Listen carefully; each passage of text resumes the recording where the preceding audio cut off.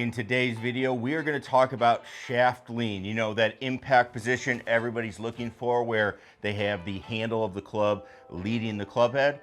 Let's talk about it. How do you get it? And let's show you some drills to work on it.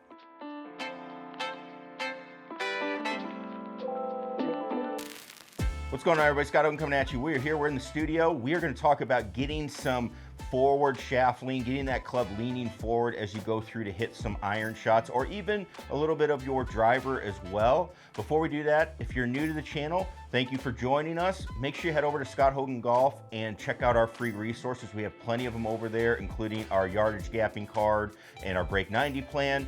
Make sure you head over there, check those out. They are 100% free. I will link those down in the description below. All right, so when we start talking about forward shaft lean, we're talking about getting the club essentially to lean forward when we are hitting the golf ball. Or another way to think about this in launch monitor terms would be dynamic loft. So when you have a golf club, you have what's called static loft. That's the loft that is built on the golf club. So when it's just resting, static loft. When you hit the golf ball, the moment of impact, that is going to be dynamic loft. What is the loft that you are presenting to the golf ball when you are striking it? Now, what ends up happening is most people, when I teach them, first time they come out to the lesson tee, if they know anything about the swing, they might say, hey, I want to have my hands leading, stuff like that. Or what most people don't realize is that they do want their hands leading, and essentially they want to be taking loft off of the golf club. You want to have less loft than when you started, when you are pretty much hitting any shot in golf, okay? The only one that might be a little bit of an exception could be the driver, but usually we're going to have a little bit less loft there too. It just depends on kind of who you are and what you're launching it at. But we need to get some forward shaft lean on the ball or on the club because we need to get this ball to drive. Okay, we want to get some distance. We want this ball launching and driving.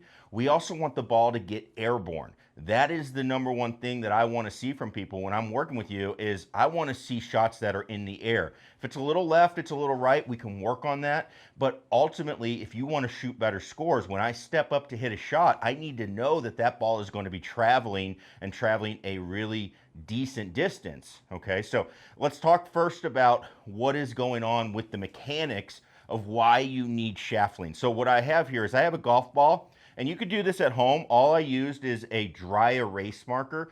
Make sure it's a dry erase marker, otherwise you are going to have a permanent mark on your club and your ball. Dry erase will wipe away. All I've done is I've put a dot on the golf ball here, okay? And I'm just going to have this ball be basically at the equator of the golf ball. So that is the center of mass of the golf ball. You know, we have a round object, so it's pretty easy to tell. Center of mass is typically here going to be just right in the middle of the ball. Now on my golf club here, I have my 7-iron. I actually put a dot about 4 grooves up. Now, this isn't the most scientific because all golf clubs are going to be a little bit different, but essentially what we're trying to represent here is the center of mass of the club head. Okay, of just the club head. And what we need to have happen when we hit a golf ball is if I've got this golf ball here and I've got my dot straight to the side facing the club face, when I hit it, I need that dot, okay? I need the dot on the club head to get below the dot of the golf ball. That is what makes the golf ball go up in the air. If I do anything where I have the center of mass of the club above the ball, I'm going to hit it low, thin, tops, might miss it, all of those types of things. So when I'm hitting a golf ball, I need to get the center of mass of the club to get below the center of mass of the golf ball. So right off the bat, when we start talking about this, people start realizing the only way, and I encourage you to go home and do this, the only way I can do that is if I have the club leaning forward a little bit, and then I can strike down on it too. That's also going to be a part of this, but I can start getting some forward lean right off the bat. So the misconception about hitting the golf ball is one of the biggest reasons that people struggle with getting any type of forward lean on the golf club. They have to add loft because they think they need to. That's how they get the ball in the air. In reality, what is it? It's the center of mass of the club gets below the center of mass of the ball. The only real way you can do that is by forward leaning the club and actually driving down. If you don't do that, you have a lot of risky things that can happen. A lot of times, if we're gonna make this work, people will come in, they say, all right, I'm gonna add loft. That's how I'm gonna hit the ball in the air. Well, the best I can do is maybe get it like a millimeter below. I can get the center of mass of the club like a millimeter below the center of mass of the ball. And so that will work. It's below, but you have no room for error. So there's gonna be a lot of inconsistencies that go into making contact. So that's another reason we wanna have some forward shaft lean, is it gives us a wider margin for error. Now, the other things that happen then, if you aren't getting the center of mass below, like that right now it's above, what people have to do is they have to lower the club, they have to try to enter the ground first.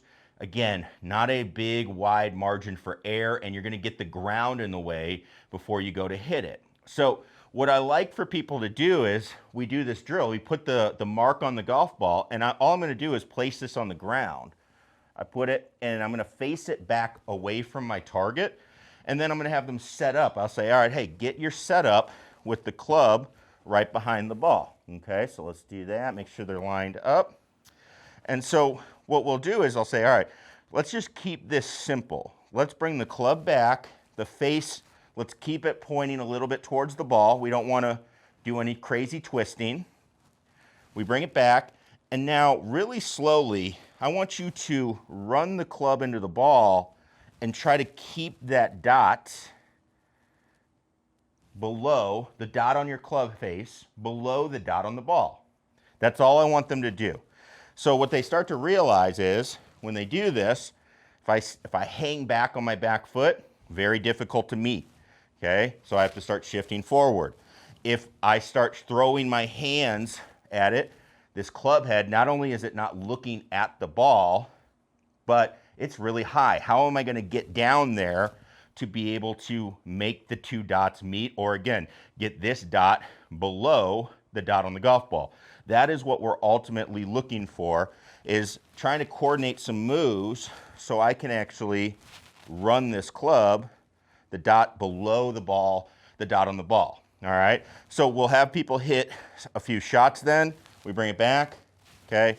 Feel that look, try to hit it, just some little bunt shots.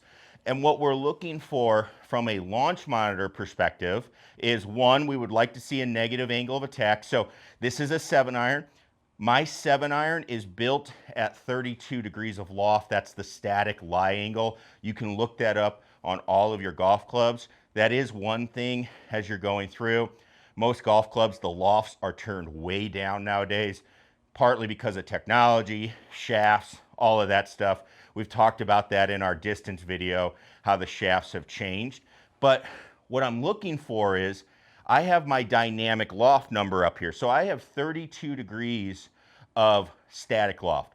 When I struck that golf ball, I had 25.8 degrees of loft. So that's the dynamic loft. So I'm de-lofting that club. We'll do a little rounding, 6 degrees. That's how much I'm taking off. And to be honest, that's as much as I would want. That's actually probably even a little more than I would want. I don't like to have a ton of de-loft. I like, 3, maybe 4, because I don't swing super fast. The faster you swing and the more my hips move and all that, you can take a little bit less off. If I start de-lofting too much without speed, the ball's not gonna get in the air. So that's just something to be careful of. But in the end, all good ball strikers have the club with less loft at impact than they do with the static loft at address, okay? So when we do this, we start hitting some punch shots, and people will start to realize that a lot of things in their swing really start to get worked on. So, such as early extension, okay? When we realize, hey, I can't hit the ball, I cannot get the dot on my club face down to the ball if I early extend. What do I have to do instead? I've got to keep my chest down, and I've got to keep my body opening up so that I can actually get that club to the ball and get the dots where we want them.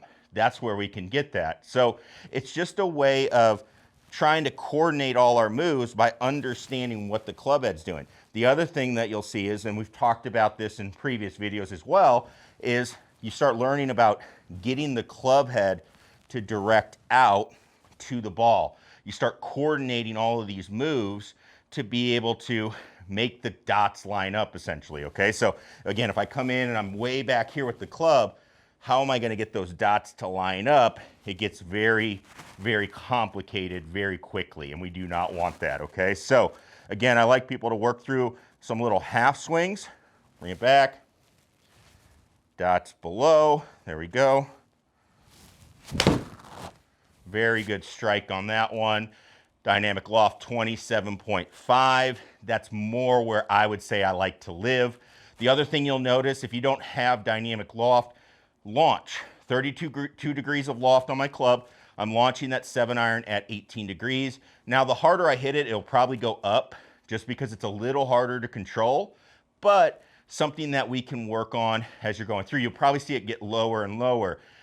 Most people launch it too high. That's why they can't hit the ball very far. So just something you'll notice as well. If you only have like a launch number, we want that launch down pretty low. And I will link a chart that you can compare directly from FlightScope. You can compare all the numbers and see how you're doing relative to what pros and LPGA pros do with all of these details, okay? So it's a great drill. It's a great way to start understanding how to get shaft lean on your shots, okay? I would do the same thing with a driver. I would still try and meet the dots because I do want to hit up on a driver, but I don't want to add a bunch of loft because now I'm going to hit the ball way too high with way too much spin. So just something that we would look at as we're going through. I think find that it helps a lot of people on the driver as well when they're working through this drill. And again, as we're doing the drill, you'll see it really helps you start understanding how your body moves and your hips move, all of that good stuff. But if you find that that part is still confusing, we have a great video. We did this with Billy Fitzgerald earlier in the year. I will link that below, and also I'll give you a little preview of it here in the end. But you're going to be able to see that you can start working on proper body movements. If you're looking for how you can move your hips, all of that stuff, you can check that video out as well. Again, I think you're going to find that you get that a lot more improved as you work on how you are trying to deliver the golf club. And again, one last time, use a dry erase marker, just for like a marker board or whatever. Do not use a Sharpie, otherwise you will end up with it on your club. You can see, as I was hitting golf balls, that dot stayed. I just used my finger. It is now gone, okay? So don't put a dot on your clubs. We wouldn't want that to happen, all right? If you have any questions about it, please leave a comment down below. And as always, click that subscribe button if you're not a subscriber. And I really appreciate you staying around and watching. We'll see you in the next one, everybody. Peace. As far as how my hips work, so in the backswing, when I take the club away, this right hip socket pushes back. Okay, Now it does look like my hips are turning, which they are getting out of the way, but my right foot and my right knee and my right thigh push this hip socket back and up. So again, we're talking about those tilts again. Yeah. And we want to maintain those tilts. So again, as that right hip pushes back and up, this left hip moves forward. Okay, so my left hip doesn't move into the ball. The other thing that I can see is that my knee and my thigh and my foot starts to roll in. That's when I know I have enough hip depth. Because basically what we're looking at is that my hip socket's going to go back, which is going to help me turn, which is going to help the club swing in the right arc. Yeah. And what I see so much and with so many people is that I think what we've all been taught through the years, we've been taught a lot, but was lock this right side up, right?